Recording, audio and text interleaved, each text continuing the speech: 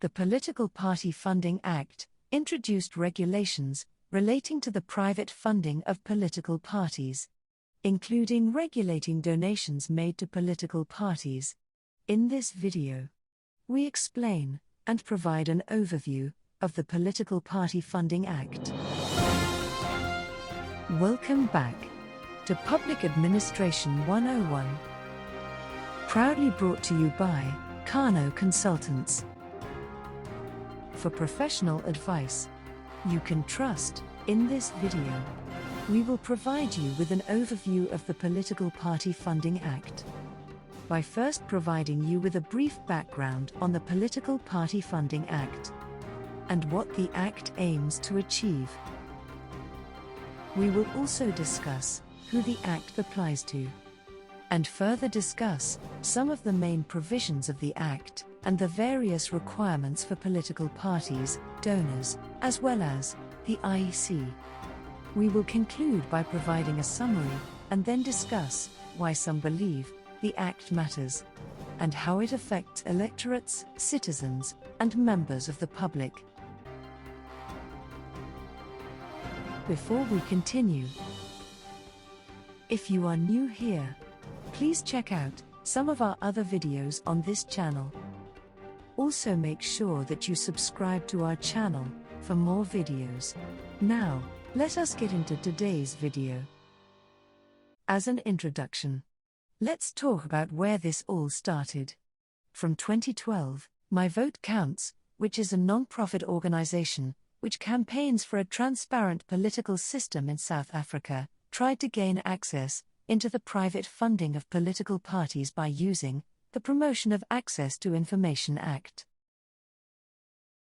When this failed, the My Vote Counts organization approached the Western Cape High Court in 2017 to request the court to declare the Promotion of Access to Information Act as unconstitutional. The court agreed with their arguments and ruled in favor of the organization, and therefore declared that the Promotion of Access to Information Act was unconstitutional because the Act did not allow for the disclosure of private political party funding.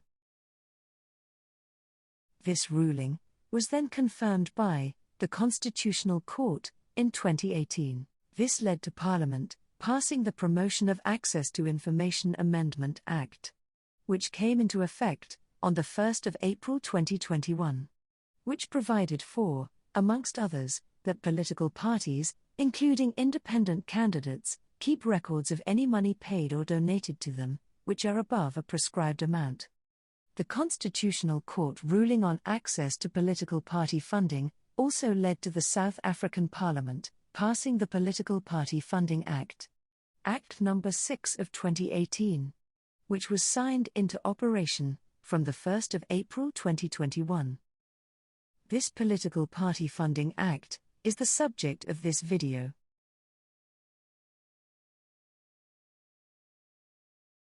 The main purpose of the Political Party Funding Act, amongst others, is to regulate the public and private funding of political parties, to prohibit certain donations to political parties, to regulate disclosure of donations accepted by political parties, to determine duties of political parties and its accounting officers regarding funding and donations received, to provide for powers and duties of the IEC, to create offences and penalties, and to provide for administrative fines. Who does the Act apply to? The Political Party Funding Act applies to all registered political parties, including independent candidates, whether or not such political party is represented in Parliament or provincial legislature.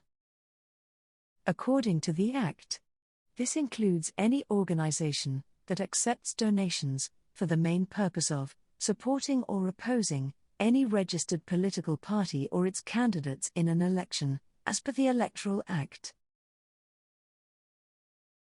The Political Party Funding Act is divided into 6 chapters. So, in this next section, we will discuss some of the main provisions of the Political Party Funding Act. Chapter 1 lists and includes definitions and some of the interpretations used in the Act. Chapter 2 of the Act provides for the establishment of two funds, namely, the Represented Political Party Fund, which is established for the purpose of enhancing multi-party democracy by providing for the funding of represented political parties, as well as the Multi-Party Democracy Fund, which is established for the purpose of funding represented political parties from private sources. According to the Act, the Commission may not accept donations into the Multi-Party Democracy Fund from any organs of state, any state-owned companies, or any foreign governments or foreign government agencies. With these two established funds, the Act seeks to ensure that all represented political parties receive sufficient funds for their work in a fair and equitable manner. Chapter 3 of the Act prohibits the following donations to political parties. Donations by foreign governments or agencies, foreign persons or entities, organs of state, or state-owned companies. Any donation from any person or entity, which is above the prescribed amount, within a financial year. Any donation that the political party knows, or ought to have reasonably known, or suspected that such donation originates from the proceeds of crime. The Act also prohibits any donation to a member of a political party, other than for party political purposes. Political parties may receive funding from foreign entities for training, skills development, or policy development. However, this donations is limited to the prescribed amount within a financial year. Section 9(1) of the Act does, however, require political parties to declare and disclose all donations above the prescribed amount to the Commission in the prescribed form and manner. This includes any donation in kind, but excludes any funds provided to represented political parties by the National Assembly and provincial legislatures, respectively in terms of Sections 57(2) and 116(2)(c) of the Constitution. Following declarations by political parties, the Commission is then required by the Act to publish such declared donations on a quarterly basis. Several duties of political parties are provided for under Chapter 4 of the Act, which states that political parties must furnish the IEC with any prescribed information and documentation required in terms of the Act, deposit all donations received by that political party, membership fees, and levies into a separate bank account which has been registered in the name of that political party, appoint an office bearer or official of that political party as its accounting officer, and appoint a registered auditor to audit its books and financial statements. The accounting officer appointed by the political party, in terms of this Act, will be responsible for accounting for all income received by the political party, ensuring that any money allocated from the funds is not paid out for a purpose not authorized by the Act, ensuring that the political party complies with the Political Party Funding Act, keeping separate accounting records and reporting on such records, ensuring that the reports of allocated funds are audited, and that such auditor's report is submitted to the IEC, and within the prescribed period. The Auditor General of South Africa is also empowered to audit the financial records of any represented political party which relate to the funds allocated to such political party from the Represented Political Party Fund, and submit such audit report to the Commission and to the National Assembly. Chapter 5 of the Political Party Funding Act relates to the powers and responsibilities assigned to the IEC in terms of the Act. Some of those powers and responsibilities are as follows. One of the responsibilities of the IEC is to monitor compliance of the Act by political parties, by evaluating the information and documentation provided to it by such political parties, in terms of the Act. The IEC also has the power to issue directives to a political party, in the prescribed manner. This is in order to avoid imposing any sanction for non-compliance.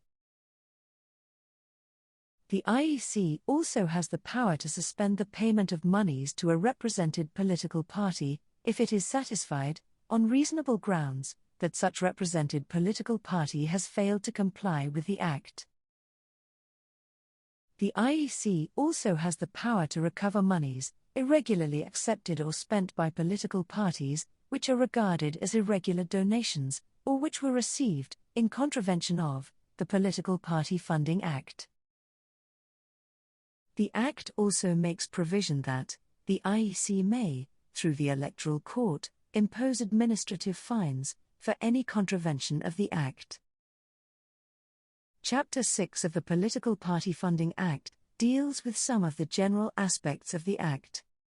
According to this chapter, the IEC must report to Parliament, each financial year, in relation to amounts paid into the Represented Political Party Fund and the Multi-Party Democracy Fund, allocations made from such funds to the represented political parties, amounts spent by each represented political party, in relation to the prescribed categories, the balance in each of the funds, and any amounts owing to the fund, as at the end of that financial year. The IEC is also required to report on all donations made to political parties in that year, and submit such report, along with its financial books, to the Auditor General, for auditing. And as previously indicated, the Auditor General is then required to audit such books, and submit an audit report, to the Commission, and to the National Assembly. Before we continue, we would like to remind you to subscribe to our channel, for more videos like this. And if you are on your phone, make sure that you turn on the notification button, so that you don't miss out, when we post new videos. Now let us get back to today's video. Just to summarize everything we've discussed so far. The Political Party Funding Act came into effect on the 1st of April 2021. The Act regulates public and private funding of political parties in South Africa. The Act establishes two funds to provide funding to political parties represented in Parliament and legislatures to undertake their work. The Act requires that donations be disclosed by parties and donors to the Independent Electoral Commission, the IEC. This includes any donation in kind, but excludes certain funds provided to represented political parties by the National Assembly and provincial legislatures. The Act also prohibits donations to parties by foreign governments or agencies, foreign persons or entities, organs of state, or state-owned enterprises.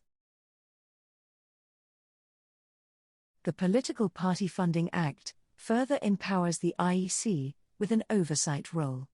This means that political parties must disclose all prescribed donations received to the IEC. The IEC must in turn publish those donations. The IEC must also monitor compliance with the Act. The IEC may also seek sanctions and administrative penalties for non-compliance to the Act.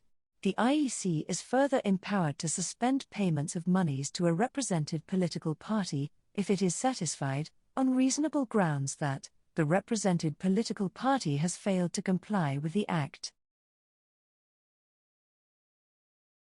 In conclusion, the Political Party Funding Act, which came into effect from the 1st of April 2021, regulates, amongst others, the donations and disclosure of certain sources of funding for political parties in South Africa, and further requires that political parties and donors declare such donations to the Independent Electoral Commission, the IEC. The implementation of the Political Party Funding Act has been hailed by some commentators as a new era of transparency and accountability within the South Africa's electoral democratic system, as it is believed that The Act will usher good governance and ethical political activity, and in turn, strengthen the confidence of citizens in the democratic political process, which will enable citizens to assert their right to information. This video, on the overview of the Political Party Funding Act, was proudly brought to you by Kano Consultants. For professional advice you can trust. We have included some of the references used in this video in the description of this video. We would also like to remind you to check out our other videos on public administration under this channel. Also, don't forget to subscribe to our channel for more content. And you can also engage with us by leaving us a comment below, or follow us on social media at ConsultKano, or tag us using the hashtag ConsultKano. Join us again next time for another video. Until then, check out these other videos.